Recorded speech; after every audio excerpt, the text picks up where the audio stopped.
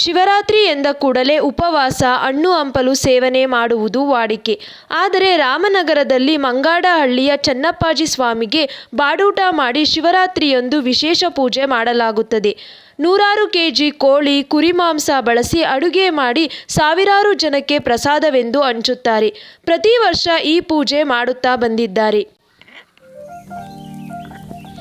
ಎಲ್ಲರಿಗೂ ನಮಸ್ಕಾರ. ಕನ್ನಡ ಟಾಕ್ಸ್ಗೆ ಸ್ವಾಗತ. ಶಿವರಾತ್ರಿ ಎಂದರೆ ಭಕ್ತರು ಉಪವಾಸವಿದ್ದು ಜಾಗರಣೆ ಮಾಡಿ ಶಿವನಿಗೆ ಬಿಲ್ವಾರ್ಚನೆ ಮಾಡುವುದು ವಾಡಿಕೆ. ಶಿವರಾತ್ರಿಯ ಮರುದಿನವೇ ಊಟ ಉಪಹಾರದ ಕಡೆ ಭಕ್ತರು ಮನಸ್ಸು ಮಾಡುತ್ತಾರೆ. ಆದರೆ ಇಲ್ಲೊಂದು ಗ್ರಾಮದ ಶಿವನ ದೇಗುಲದಲ್ಲಿ ಮಾಡುವ ಆಚರಣೆ ಎಂತಹವರನ್ನು ಅಚ್ಚರಿಯಲ್ಲಿ ಮುಳುಗಿಸುತ್ತದೆ.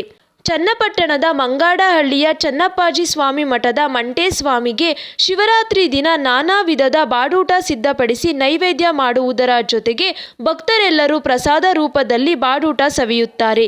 ಈ ಸಂಪ್ರದಾಯದ ಹಿನ್ನೆಲೆ ಅರಸುತ್ತಾ ಹೋದರೆ ಬೇಡರ ಕಣ್ಣಪ್ಪನ ಕತೆ ನೆನಪಾಗುತ್ತದೆ. ಶಿವ ಸ್ಮಶಾನವಾಸಿ, ಆದ್ದರಿಂದ ಆತ ಮಾಂಸ ಸೇವಿಸುತ್ತಾನೆ ಎಂಬುದು ನಂಬಿಕೆ. ಅಂತೆಯೇ ನಮ್ಮ ನೆಚ್ಚಿನ ಆಹಾರವಾದ ಮಾಂಸದ ಭಕ್ಷ್ಯಗಳನ್ನು ಸಿದ್ಧಪಡಿಸಿ ಶಿವರಾತ್ರಿ ವಿಶೇಷ ದಿನದಂದು ನಮ್ಮಪ್ಪನಿಗೆ ಅರ್ಪಿಸುತ್ತೇವೆ ಎಂಬುದು ಗ್ರಾಮವಾಸಿಗಳ ಮನದಾಳದ ಮಾತು. ಶಿವನ ಬಾಡೂಟ ಸಮಾರಾಧನೆಗೆ ಕನಿಷ್ಠವೆಂದರೂ 5,000 ಜನರು ಸೇರುವುದು ವಿಶೇಷ. ಮಂಗಾಡಹಳ್ಳಿಯಲ್ಲಿ ವರ್ಷದ ಹರಕೆಯನ್ನು ಭಕ್ತರು ಶಿವರಾತ್ರಿಯಂದೇ ತೀರಿಸುವುದರಿಂದ ಈ ವಿಶೇಷ ಸಂಪ್ರದಾಯ ನಡೆದುಕೊಂಡು ಬಂದಿರಬಹುದು ಎಂಬುದು ಕೆಲವು ಹಿರಿಯರ ಹೇಳಿಕೆ. ವರ್ಷಪೂರ್ತಿ ತಮ್ಮ ನಾನಾ ಕೆಲಸಗಳ ಈಡೇರಿಕೆಗಾಗಿ ಶಿವನಲ್ಲಿ ಬೇಡಿಕೊಂಡು ಭಕ್ತರು ಕುರಿ ಕೋಳಿಗಳನ್ನು ದೇಗುಲದ ಹೆಸರಲ್ಲಿ ಬಿಡುತ್ತಾರೆ. ಶಿವರಾತ್ರಿ ದಿನ ರಾತ್ರಿ ಈ ಪ್ರಾಣಿಗಳನ್ನು ಶಿವನಿಗೆ ಬಲಿ ಕೊಟ್ಟು ಅದರ ಅಡುಗೆ ತಯಾರಿಸಿ ಶಿವನಿಗೆ ನೈವೇದ್ಯ ಮಾಡಿ ಪ್ರಸಾದ ರೂಪದಲ್ಲಿ ಸೇವಿಸುತ್ತಾರೆ. ಇದಕ್ಕಾಗಿಯೇ ವಿಶೇಷ ತಂಡ. ಕುರಿ ಕೋಳಿಗಳ ಬಲಿ ನೀಡುವುದಕ್ಕಾಗಿಯೇ ಭಕ್ತರ ಒಂದು ತಂಡ ವಿಶೇಷ ಉಡುಗೆ ವೇಷಗಳನ್ನು ತೊಡುವುದು. ಕಪ್ಪು ಧೂಳಾದ ವಸ್ತ್ರ, ವಿಭೂತಿ ಧರಿಸಿದ ಭಕ್ತರ ತಂಡ ಹರಕೆಗೆ ಮೀಸಲಿಟ್ಟಿದ್ದ ಕುರಿ ಕೋಳಿಗಳನ್ನು ಬಲಿ ನೀಡುತ್ತಾರೆ. ಜಾಗರಣೆಗೂ ಮುನ್ನ ಸಾಮೂಹಿಕ ಬಾಡೂಟ ನಡೆಯುತ್ತದೆ. ಇಲ್ಲಿ 10 ಗ್ರಾಮಗಳ ಸಾವಿರಾರು ಭಕ್ತರು ಶಿವರಾತ್ರಿ ದಿನ ಮಾಂಸದೂಟ ಸವಿಯುತ್ತಾರೆ.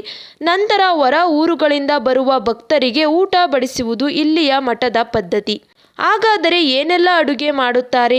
ಕಳೆದ ವರ್ಷದ ಶಿವರಾತ್ರಿಯಂದು 200 ಕೆಜಿಗೂ ಅಧಿಕ ಕೋಳಿ ಮಾಂಸ, 100 ಕೆಜಿ ಕುರಿ ಮಾಂಸ ಬಳಸಿ ಅಡುಗೆ ತಯಾರಿಸಲಾಗಿತ್ತು.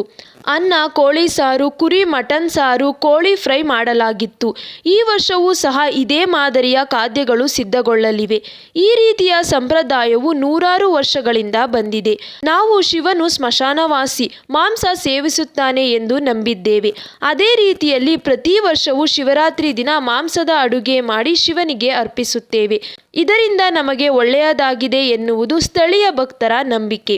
ಕೆಲವು ವರ್ಷದ ಹಿಂದೆ ಶಿವರಾತ್ರಿ ದಿನ ಮಾಂಸಾಹಾರ ನೈವೇದ್ಯ ಮಾಡುವ ಆಚರಣೆಯನ್ನು ನಿಲ್ಲಿಸಬೇಕೆಂದು ಗ್ರಾಮಸ್ಥರು ನಿರ್ಧರಿಸಿ ಶಿವರಾತ್ರಿ ದಿನ ಶಿವನನ್ನು ಹಾಲು, ಹಣ್ಣು ಅರ್ಪಿಸಿದ್ದರು. ಆದರೆ ರಾತ್ರಿ ಹೊತ್ತೇರುತ್ತಿದ್ದಂತೆ ಹರಕೆಗೆಂದು ಬಿಟ್ಟಿದ್ದ ಕೋಳಿಗಳು ಮನೆ ಬಿಟ್ಟು ದೇವಸ್ಥಾನದ ಒಳಗೆ ನುಗ್ಗಿದ್ದವು. ಹೀಗಾಗಿ ಮತ್ತೆ ಆಚರಣೆ ಮುಂದುವರಿಸಲಾಗುತ್ತಿದೆ ಎಂದು ಹಿರಿಯರು ಹೇಳುತ್ತಾರೆ. ಭಕ್ತಿ ಅನ್ನುವುದೇ ಒಂದು ನಂಬಿಕೆ ಅಲ್ಲವೇ? ಅದನ್ನು ಹೀಗೆ ಆಚರಿಸಬೇಕು ಎಂಬ ಯಾವ ನಿಯಮವೂ ಇಲ್ಲ ಎಂದು ಈ ಗ್ರಾಮಸ್ಥರು ನಿರೂಪಿಸಿದ್ದಾರೆ. ಇದೇ ಥರ ಸುದ್ದಿಗಾಗಿ ಕನ್ನಡ ಟಾಕ್ಸ್ನ ಸಬ್ಸ್ಕ್ರೈಬ್ ಮಾಡಿ ಮತ್ತು ನೋಟಿಫಿಕೇಷನ್ಗಾಗಿ ಪಕ್ಕದಲ್ಲಿರುವ ಬೆಲ್ ಐಕಾನ್ ಕ್ಲಿಕ್ ಮಾಡಿ.